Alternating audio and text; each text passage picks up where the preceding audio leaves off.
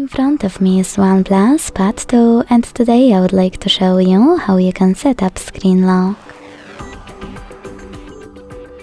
Begin by opening Settings and scrolling to access Security and Privacy. Then scroll down again to tap on Device Unlock and click on Screen Lock. Finally, select the best password type for you, numeric, alphanumeric or pattern.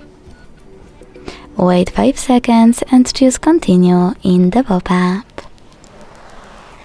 Next in the pop-up. Then if you change your mind, you can always tap on Use a different password type and click on any of those. Finally, it's time to create it and repeat it to confirm it. In order to add face data right away, hit Add in the pop-up.